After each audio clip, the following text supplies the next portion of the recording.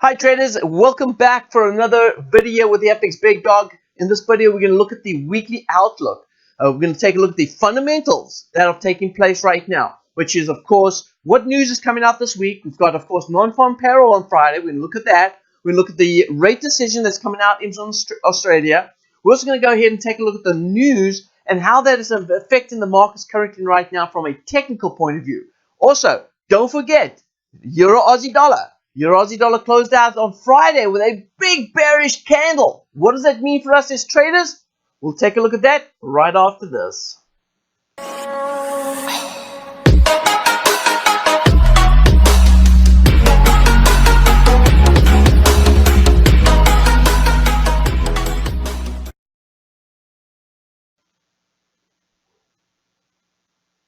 Hi traders, welcome back. Welcome back for another outlook. We're going to take a look at the news. Very important, the news is definitely affecting the markets, but one thing that's definitely affecting a lot of people around the East Coast as well as in the Bahamas currently right now is the Hurricane Dorian. And we're going to go ahead and take a quick look and see what that's doing right now before we go into the charts. Hano, thank you for joining us. Hurricane Dorian is slamming parts of the northwestern Bahamas. The storm made landfall as a Category 5 storm in the Abaco Islands Sunday afternoon. It is the strongest hurricane in modern records for the area. The storm's maximum sustained winds have increased to 185 miles per hour, and forecasters say a life-threatening storm surge of up to 23 feet is possible there. CBS News weather producer David Parkinson has been tracking this storm. So, David, what do we know right now? I mean, that 23-foot storm surge, to put that in perspective, that is beyond a two-story building. Yeah. Those are islands that are maybe 3 or 4 feet high. So that is as life-threatening and as dangerous as you get as a situation. And the fact that we have a storm at 185, which is pretty much in the top 5 for storms, period, in the Atlantic, Gulf, or Caribbean, that puts it in such rarefied air that the destructive power of this storm that we have right now is 4 times what it was yesterday. It is the equivalent of at least an EF4 tornado over an area for an extended period of time that could be a day or two. I mean, that's the problem, is if this storm, in fact, does not move, it is going to just keep pounding the same places. Usually a hurricane gets a move on and you're only in the eye wall for an hour or two. That's not the case. So if we take a look at the graphics that we have in terms of your actual eye wall, you can see it just crossed right over the center. There it is right there, right over Marsh Harbor. So they have a nice window where they're in the eye, and then they're just going to absolutely get smacked by the worst winds imaginable on this storm. So 185 mile an hour winds, that is the latest. It's still about 200 miles east of West Palm Beach, and it is moving west at 7. It needs to slow down at some point. That's the problem, because here's the deal. This wind field is going to get closer and closer to the Florida coast as you go into Monday, Tuesday, and Wednesday. How close it gets has everything to do with the track. So when we take a look at what that track looks like, the key thing that you're going to notice here is this is going to stay a Category 5 as it makes that pass very close to the U.S. The skinny red line is the center of the track. It is the area where, in order to minimize their error, they put it in. So that is not to say that is the best guess. Anywhere in the cone is possible, which means West Palm Beach is in the cone. Stewart is in the cone. Vero Beach is in the cone. So all of those places... Traders, that doesn't look very good for the East Coast, especially if it does turn. The turning point over there as it starts getting closer to the East Coast is essential. So my prayers and thoughts go out to everyone that's out on the East Coast of Florida, as well as my co-workers. Hope you guys are making sure that you stay safe and keep your family safe. With that being said, traders, let's go ahead and take a look at the news that's coming out this week with regards to the fundamentals regarding trading, right? So let's go ahead and take a look at the charts. Well, first, before we get to the charts, let's take a look at the news, right? We've got here Trump says here trade talks still planned for September after China tariffs go into effect, which did take effect the 1st of September, right? So that's already kicked off. So then we've also got down here below, we've got, of course, the dollar. Dollar found a bit of ground last week. Says US dollar rose against all major currencies last week. Now let's go ahead and take a look at the news that's coming out on the calendar this week that we've got to go ahead and pay attention to. Everyone knows that we do have the holiday tomorrow in the US. We've got the labor, as you can see right here, we have Labor Day coming out for also Canada, I believe. Canada is also. Let's take a look here and see. There it is. There, banks will be closed for Labor Day for Canada as well as the US. We've got the Australia retail sales coming out on Monday evening. All right, did I say Saturday? I meant on Monday. So Monday we've got bank holidays on Monday. We have also the Aussie retail sales coming up. I'm not expecting too much from the Aussie retail sales. That's just pretty much going to confirm the data, especially monthly data. I'm not too particular about monthly data. Let's take a look at what else we've got right here. We've got coming out also on Tuesday evening. Now, this is a little bit more interesting. The GDP, which is the gross domestic profit, that's coming out on the, gross domestic product, which is coming out on the Tuesday evening. Now, that is quarterly data.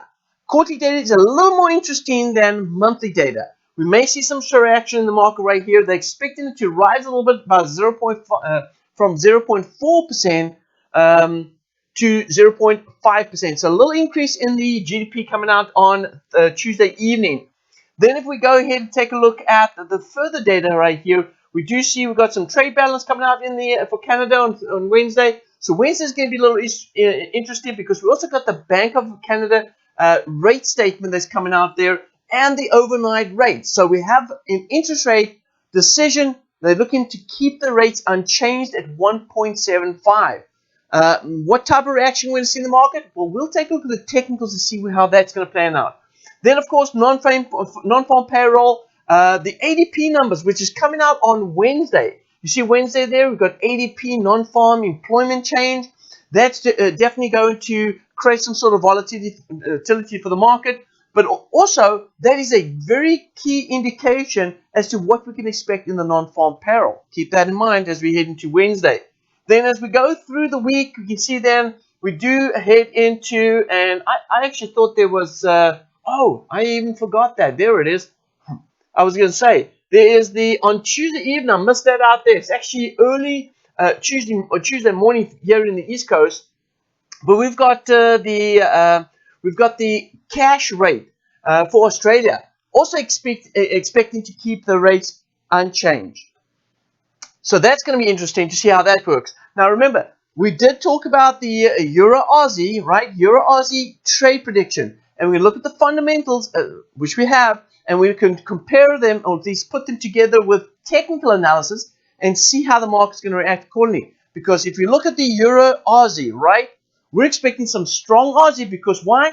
Because we're expecting Euro-Aussie to sell. If that's the case, then I'm expecting that the data is going to fall in line with what you're seeing technically. So Euro-Aussie would mean that strong Aussie would mean Euro-Aussie is going to sell off.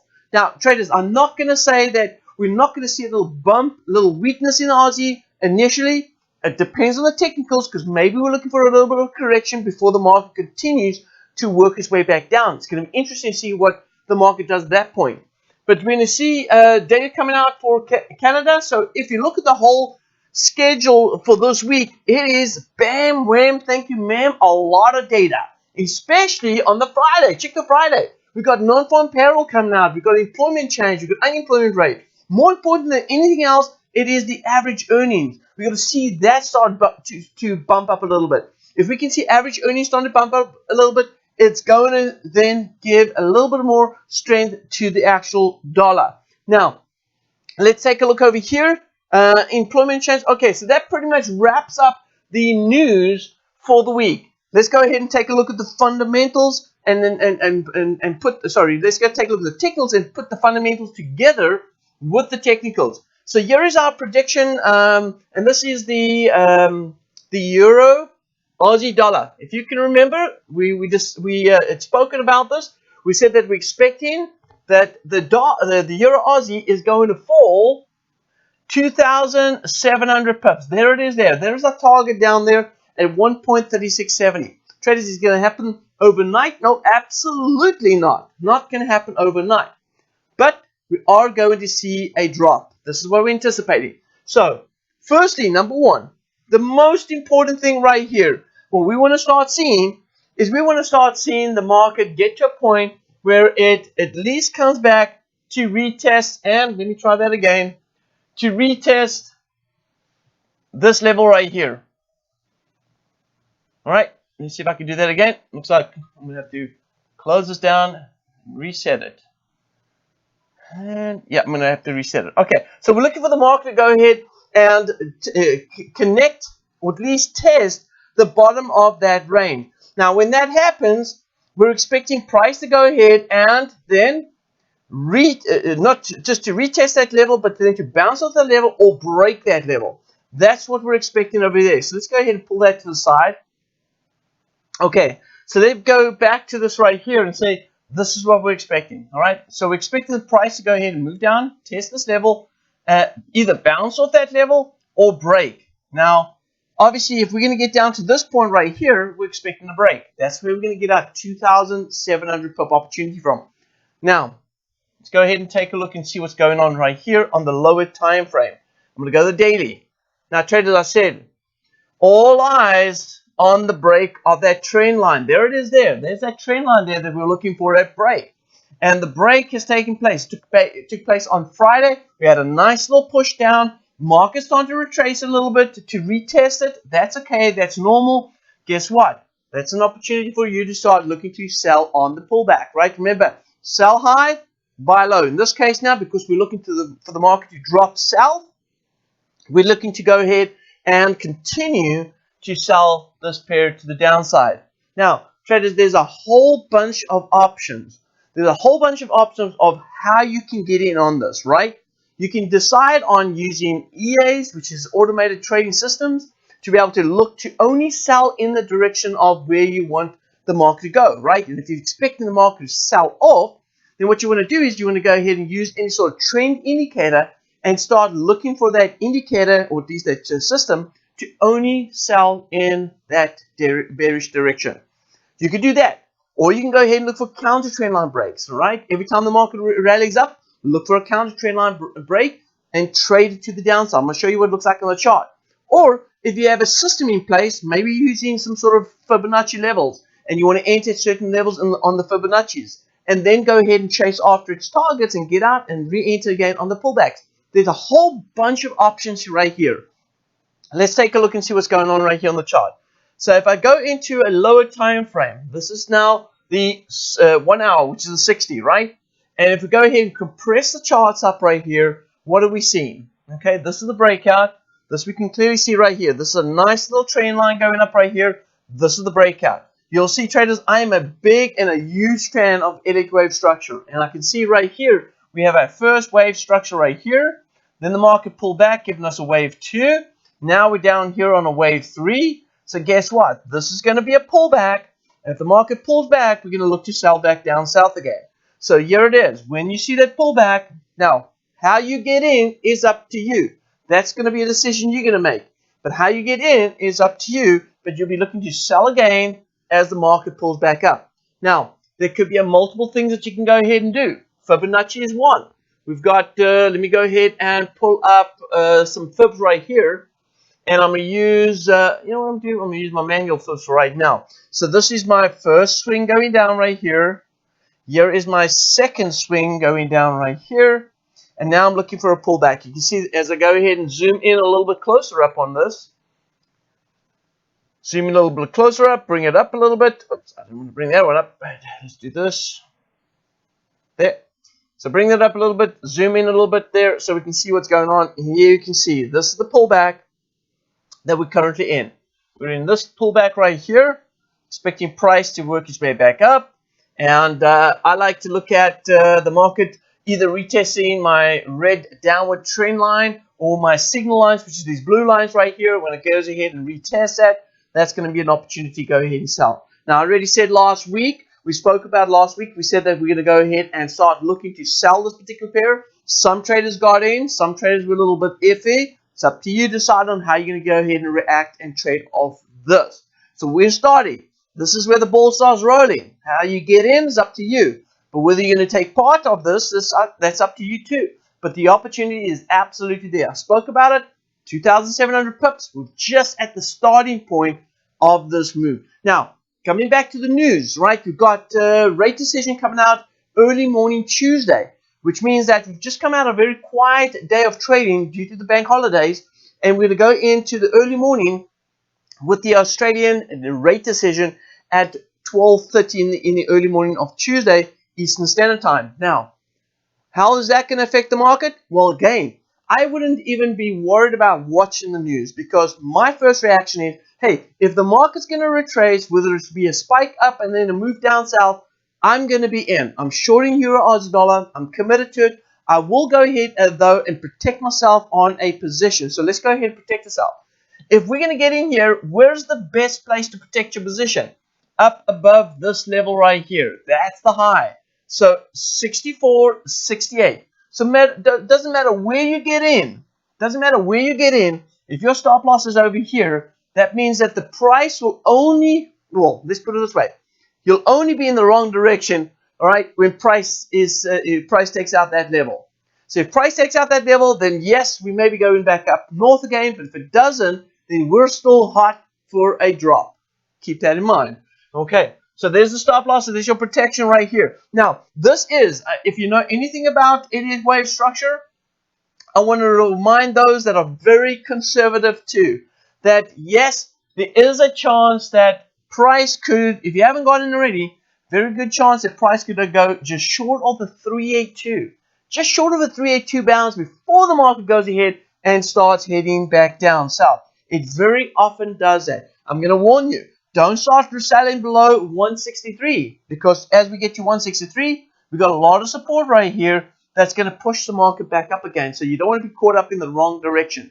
Now, as we take a look at the trade setups right here, this is the opportunity right now. We've got a couple of things that are coming out in the news, but unfortunately, it's not going to affect the Aussie as much, or the Euro, because there's news out in the US, news out in Canada. The only thing that's going to affect the news, or at least the market, is the news on the, let's take a look over here. Let's go mark it off. Cash rate, there it is. We're going to get some news out of cash rate. Statement's going to be very important to see what the statement says. And then we've got the quarterly data right here. We've got the GDP quarterly data. That's on Tuesday. So once we're done with those two news reports right there, then we're pretty much set to go for the rest of the week. Then it's just going to be trendy.